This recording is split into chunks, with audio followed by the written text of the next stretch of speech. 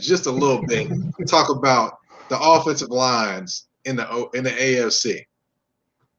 And I'm not doing this by myself today. I'm joined by a guy that writes for the 3-point conversion and his co-host for Beyond the Buzzer with my guy, Danny Thompson. It is none other than Kyle Nash. How you doing tonight, man? Hey, it's been a long time since we've been collab in general. I love it. And hey, listen, I got to tell you, I haven't actually tell you this. I do dig the Corona hair. I love the fro thing you got going. It's a good time. But the one thing I do want to ask you, and I mean this in all comedy and all friendliness as well. Have you seen The Wire? Because you look like you're about to ask Avon Barksdale to finance a boxing gym. I'm just saying. Anyways, I just had to get that in there, man. Little throwback, wire schmack, man. You know what it is. My goodness. Only you. Oh boy. But tonight we're here to talk about a little bit about the offensive line play going on in the AFC South. There's some good play, there's some bad play, and there's some things in between. The first line we're going to talk about, of course, obviously, is the Indianapolis Colts. And, obviously, the Indianapolis Colts were solid this year on the offensive line. They had Jonathan Taylor, 1,000-yard rusher as a rookie. And, they were solid. They made the playoffs, got beat, unfortunately, in the playoffs, had no turnovers, and still got beat. So, hey, it is what it is. But, the guy below us, as you all can see, is Anthony Costanzo. Yes. And he's played 10 years for the Indianapolis Colts, and he has decided to call it a career. So he is done for the Colts. So now they have to replace him. How do you think they go about replacing him, Kyle? I mean, listen, you don't replace Anthony Costanzo. You just try to hope you can either get a free agent that makes sense to fill in, or hope to get somebody like a young Anthony Costanzo did in his day in the draft, right? He basically started pretty much as a rookie, if my memory serves.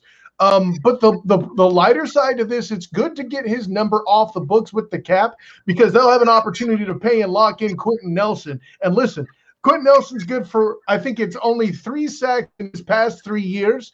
I mean, this is a guy who was shown clips of doing judo when he came out of college. I don't know about you, but I don't want to be tossed over his shoulder by a man that size. I'm just saying. But, with Quentin Nelson in there, I think you have an opportunity to get him paid. He is in a contract year this year, free agent the following year, if I remember correctly. And some of that money can go to making more solid the other aspects of the line that are good. But, yeah, listen, it's always tough to fill in that left tackle spot. Yes, definitely. One thing I also want to mention is, of course, they don't have the statue to block for next year either.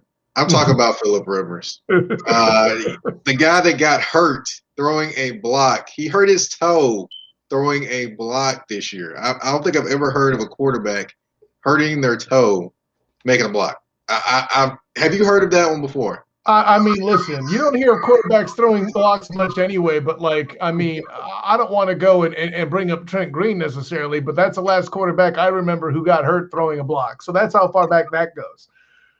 Gotcha. Huh. It's not showing up on Facebook, which is interesting. Huh. But, I want to show you a little something about this offensive line. I don't know if you saw this or not. I'm going to go find it now. But I'm going to show you this. If you can see it, look at Jonathan Taylor make all the guys miss.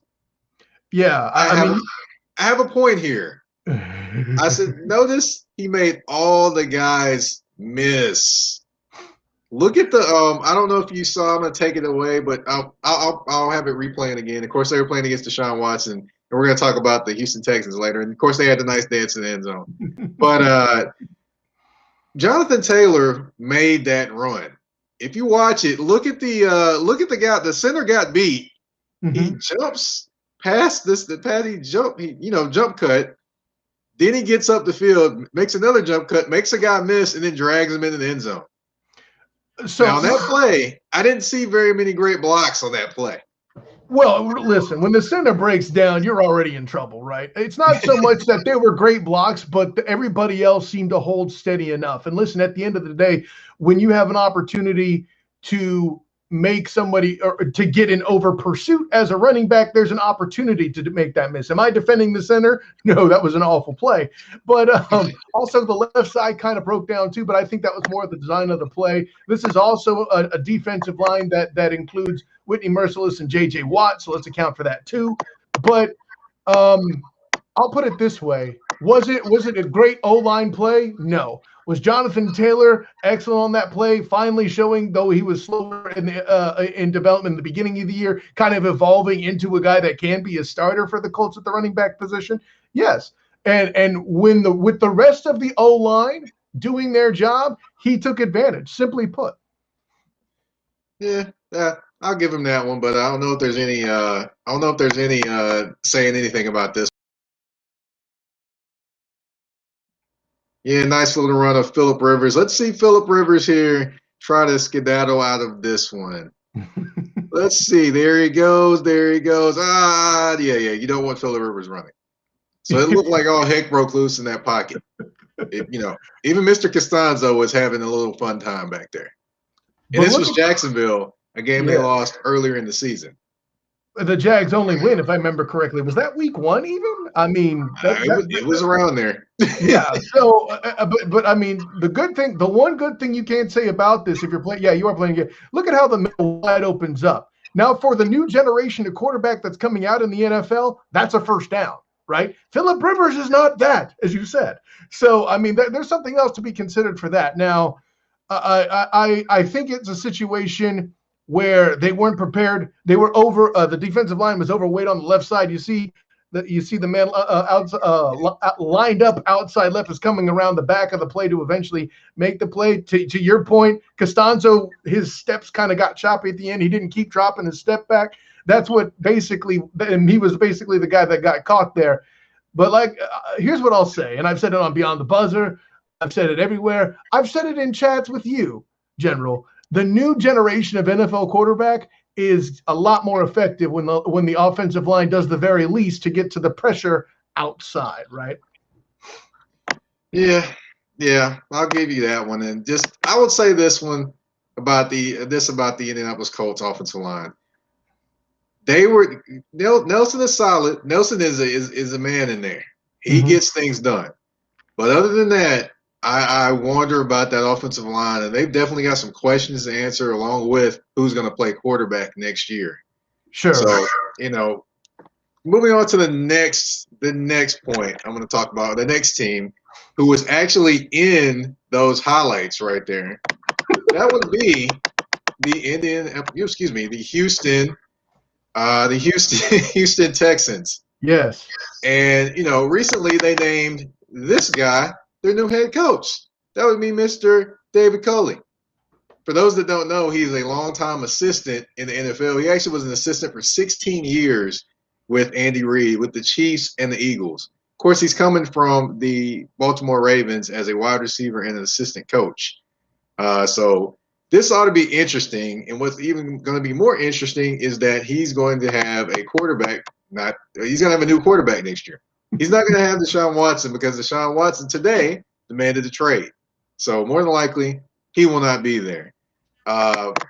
So pretty interesting situation there. But, let's get to the offensive line. And, of course, we're going to show Deshaun Watson making a few things happen.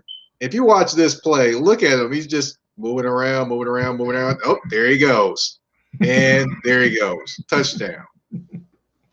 One thing I will say is it was quite creative what he did on this play, of course. However, this was like one of the good plays. But why is he always having to run? Didn't they pay Laramie Tunsil to come over? Didn't they trade for him and Kenny Stills and trade first-round picks to Miami to solidify this offensive line? Not for Laramie Tunsil or to lead the NFL in false starts. No, they didn't trade for him for that. So, that's one of the highlights, but that's just showing their offensive line is not necessarily the greatest. Of course, they had David Johnson back there. He was still trying to get himself together, run the football. However, this offense was, hey, Deshaun, let's see what you can do. Just draw it up in the sand. You guys run around and hey, let's make some things happen. Oh well, oh yeah, just let's throw in the offensive line's probably gonna break down too. So this just so that way too. I would have simplified it, General. I would have said, hey, Deshaun, run for your life. And basically, that was the offensive strategy. And listen, I am aware, as a guy, I wrote for the Dolphins Wire when they drafted Laramie Tunsil, and I liked him into the next season as well. And I got to tell you, it's not that he's a bad tackle, but he's certainly not a guy who should be the most expensive tackle in the bleeding division. That should not be a thing, ladies and gentlemen, okay? Over and above the leading in full starts, great drop by you for that stat. But the one thing you got to notice is the direction that Watson rolled to make that play was to the left. That's the one part of the line that was holding just a little bit where Mr. Tunsil happened to be. I'll put it that way. But listen, all I can tell you is this. When it comes to the Texans' offensive line, them not being there is nothing new. And the whole fiasco with them mishandling Dwayne Brown and all that situation was only made worse when they, in desperation, all the picks like you mentioned, where they, in desperation, scrambled to get Laramie Tunsil, who, let's pretend he's as good. I can hear plenty of arguments against that. Certainly wasn't worth all that cash. And by the way, listen, Coach Coley has a lot of problems that he's going to have to face thanks to not necessarily Bill O'Brien, the coach, but Bill O'Brien, the GM. Yes, definitely. And we've got a few comments over here. Let's see. Well, somebody's telling me about their Tampa Bay Bucks. Said, I came here during the playoffs and you broadcasted, and I told you my Tampa Bay Bucks will make it to the Super Bowl, and they are. Yes, they are. Congratulations, Yassine. They are in the Super Bowl in their own stadium. And, of course, we've got my man Ted in here. Deshaun to the Jets. So we'll see if that happens. But, there's plenty of teams in the NFL that have some packages together. And I read a pretty interesting article on ESPN that had about 17 teams that could potentially come up with a trade for Deshaun Watson. So that ought to be interesting to see. Let me ask you this, General, as a real quick aside. Like, you and I, as fans of a particular team that falls into this category, if you're a team that already has a starting quarterback, don't you have a little bit of an advantage in the race, one would think? I would say you would, but just because he's starting doesn't necessarily mean everybody wants him. I hear all that, but listen, I mean, the next best quarterback in Texan history is who? TJ Yates, Brad Hoyer, yikes, David Carr. Listen, even if it's just, for example, our guy Jimmy G, he's the second best quarterback in Texan history. How bad can that be, right? You do got a point there. But yeah, we got to come back on track. We got to kind of reel it on back in. But as far as the Houston Texans, I mean, what can they do? What can they do to actually upgrade that offensive line? I mean, honestly, they're not necessarily in the greatest cap situation. One, right. It just, do you have any thoughts on what they can do? Just hope and pray. That's one thing they could probably do. It's not hope and pray. It's scout and research. The draft is their only answer here, Bonda. Like, listen, they're the second highest in cap space taken up by an offensive line in the AFC South, short of the division winners themselves.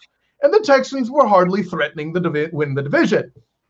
So, and the Colts place a little bit lower now because Costanzo's off the book since he's retired. But even still, there's just such a cap hell just going on in Houston. The draft is your only answer, I would think, at least this offseason. Either that or, going to church online or, in the parking lot or however they want to go. That might be their only other answer. I mean, prayers don't fix the accountant's books, though, General. I'm just saying. Well, yeah, that's true. You're right. All right. Well, if you didn't think we could get any worse than the Houston line, there's more. We got the Jacksonville Jaguars we're going to talk about. But I will say, actually, I think the Jacksonville Jaguars line is actually maybe better than the Houston line because they had a 1,000-yard rusher in this guy, Mr. Robinson. I mean, just check the moves. Also check that he shook a guy in the backfield right there too. So it's kind of a little give or take there, I would say. Listen, the Jags O-line is its own set of problems, but to your point, they are better off than the Texans. With them, it's not so much a talent problem as it is keeping these guys bleeding healthy. That's the top cap space gobblers, for lack of a better word. Andrew Norwell has $15 million towards the cap in this coming year in 2021, and the amount of time he's been healthy hasn't been throughout the entirety of his career starting for the Jags, right? So if they can string together a season where these guys are healthy, it's similar to the problem that one Ryan Tannehill had in his past venue. More on that later when we get to the Tennessee Titans, I'm sure. Right. But if they could keep healthy, and listen, there's nothing wrong with trying to rebuild better options through the draft here too. But with the way things are working, I can see the logic in focusing on trying to get some sort of an actual playmaker, which, by the way, this draft is coming. There's this kid with long hair. He's pretty good. You might have heard of him, this Lawrence kid. Yeah, he's going to be all right. But provided they can keep him upright, one thing they got working for him, I think their line is good enough when healthy. Robinson doing his job, balancing the offense so Lawrence doesn't have to do all that. If we're talking O-line emergencies, Jacksonville definitely isn't the worst one in the division. I'll give you that. I'm interested to see what they're going to look like, especially with Urban Meyer coming to town, and how he likes to run a few different things, and to see if their linemen are as athletic as they need to be to pursue the things that he wants to do. He wants to speed up the tempo, do those different things. I think DJ Chark would actually be good in this offense as well, but we're going to see what happens, and Shenault as well. Shenault and Chark could actually be a good 1-2 combo in the AFC South, because of course we know the Titans had the best combo in the South to me. But at least one of them are pretty good. Oh goodness! But hey, they did have almost 2,000-yard receivers this year, so you got to give them that. Oh, absolutely. No, I'm just being silly. I know you are, but I got to show this one play from the Jaguars offensive line. So it kind of show the strength of the offensive line. Look at them push him in. Look at him go. Look at him go. Get in there in the end zone. Yeah. I mean, that's some dogs right there. And they happen to be playing the Browns. I didn't even do that on purpose, but I wish I had. Yep, definitely. And we got a comment as well from Shraj that says the Jags are going to be better than Houston next year. Well, if they trade Deshaun Watson, then you betcha they're probably going to be better than Houston next year. Yeah, I'm not giving Shraj a hard time, but let's put it clear. He's setting the bar pretty low for him. You got to say that, right? Right. All right. Well, we've talked about all three teams. Three of the teams in the AFC South. But we've got to talk about the reigning conference, the reigning division. Champions, and that'd be the Tennessee Titans. Tennessee Titans, of course, they are known by Derrick Henry, ye of 2,000 yards rushing, ye of bringing pain and stiff arms to defensive backs, ye of I can't be caught in the open field. Yes, that Derrick Henry.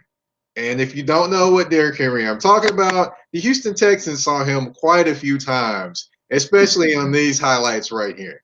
Just look at him go. Does anybody really touch him? No. Sort of. Only at the end there. At the end. He's like 10, 15 yards downfield at that point. Exactly. But, Can I add one in, General? I prefer to also add in ye of Bill, with abilities. I'm just saying. But, just taking a look at him, look at every time he runs. Do you notice that he does not get touched until he's like at the linebacker level for most of the time? Yeah, no, that's an excellent point by you.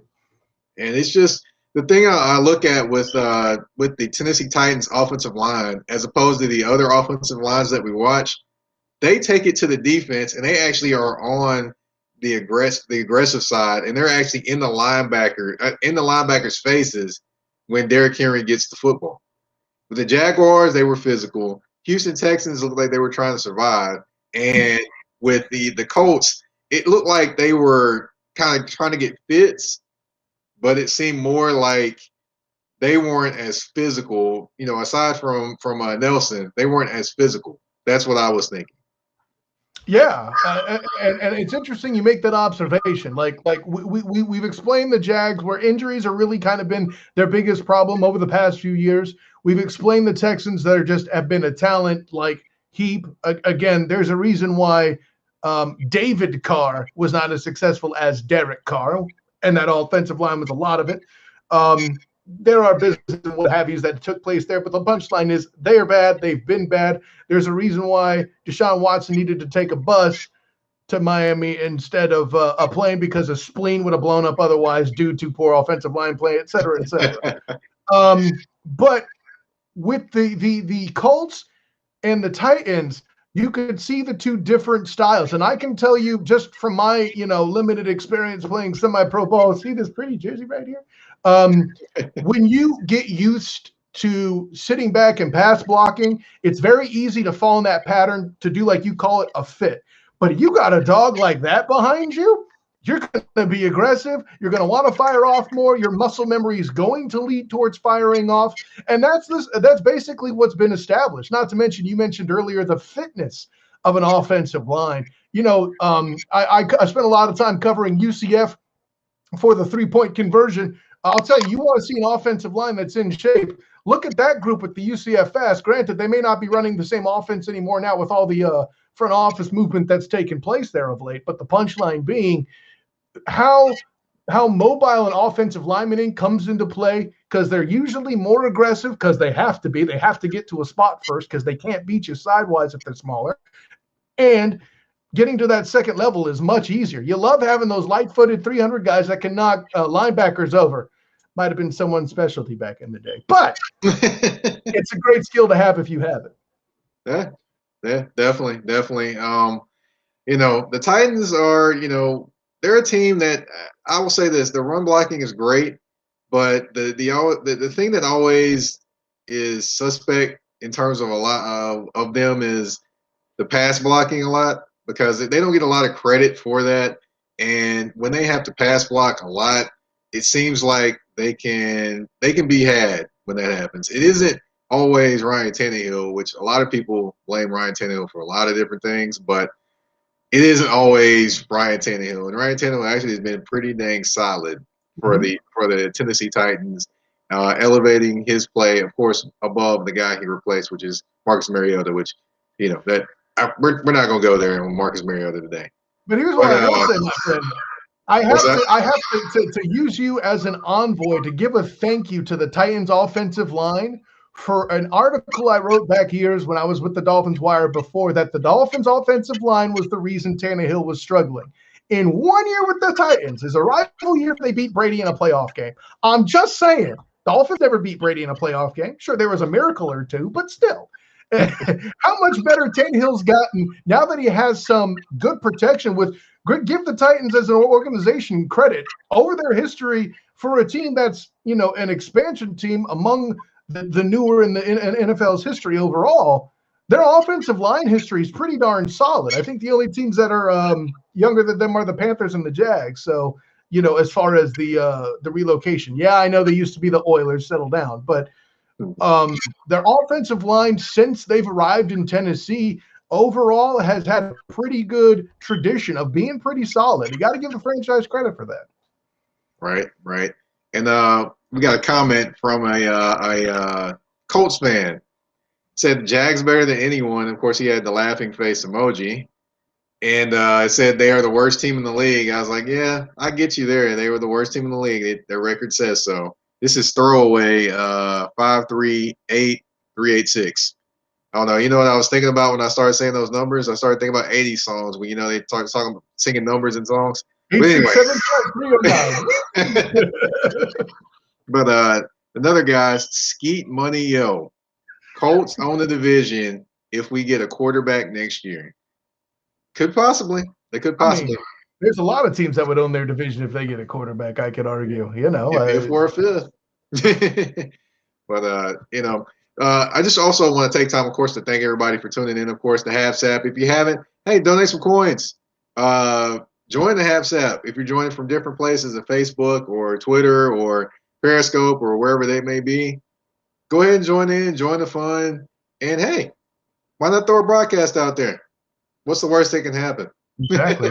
Hey, listen, give Mike Patton some points so he doesn't have to go to Avon to start that boxing gym. All right. Oh my goodness. Oh my goodness. I'm gonna act like I didn't hear that. But I'm gonna actually one guy that actually is gonna be back for the Titans next season that they missed a lot. Taylor Lewan. Absolutely. Taylor Lewan was I don't know why it kind of cut off his head there, but Taylor Lewan was a he's basically the attitude of the offensive line for the Tennessee Titans. And, of course, he tore his ACL. He's been training and keeping up with the team. He was actually on the sideline when they were in the playoffs. So he'll be ready to go next year. And it'll be interesting to see how he fits coming back because looking at the Titans offensive line, they plug and played a couple guys in there. I mean, they were down to their third offensive tackle on the third left tackle. And Dennis Kelly played the entire season when he was a backup last year and replacing Jack Conklin, who went to the Cleveland Browns. So, actually, their offensive line, I mean, they did well without him. It's going to be interesting to see what they do with him. And like all the other offensive linemen on that team, he has to improve in the pass blocking as well. He's got a mean streak, and he has, he definitely can play. But, as a whole, the offensive line in pass blocking, they can be had at times. So it ought to be interesting just to see what happens there. Also, it's going to be interesting. They're going to have a new offensive coordinator next year because Arthur Smith got the head coaching job for the Atlanta Falcons. So It's going to be interesting to see if they promote from within or if they because they're thinking about the quarterback's coach, actually, from what I'm hearing. If they promote from within, it may continue, on their track of being, a run-first football team.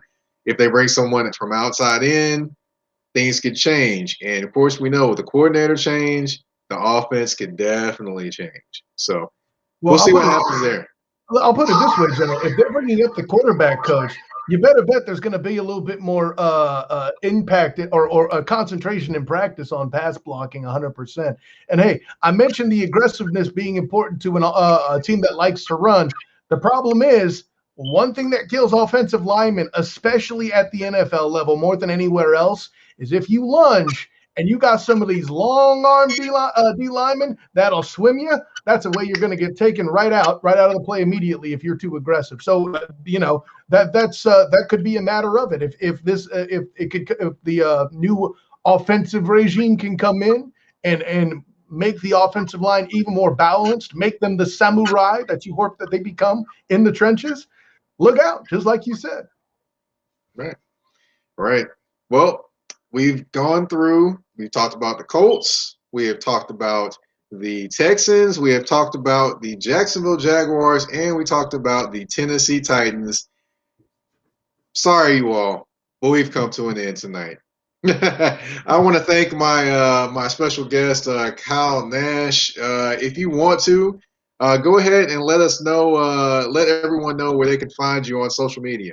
Hey, listen, first of all, General, thanks for having me aboard. I saw Ted Hicks in the comments earlier asking where Hollywood Danny Thompson is. Don't you worry. I'm going to be jumping from this show to that show, 9 o'clock on Facebook, on the Beyond the Buzzer Facebook page, where I will be with my man Danny Thompson talking about the big events in sports throughout the week. Of course, we do that Thursday at 9 o'clock Eastern as well. Of course, don't forget our producer, Bobby Blackjack, and look out for a new episode with my entertainment podcast, Hilarity by Default, when me and Demosthenes Euclid go through the movies that are considered required reading. We analyze them and let you know if that's actually the case.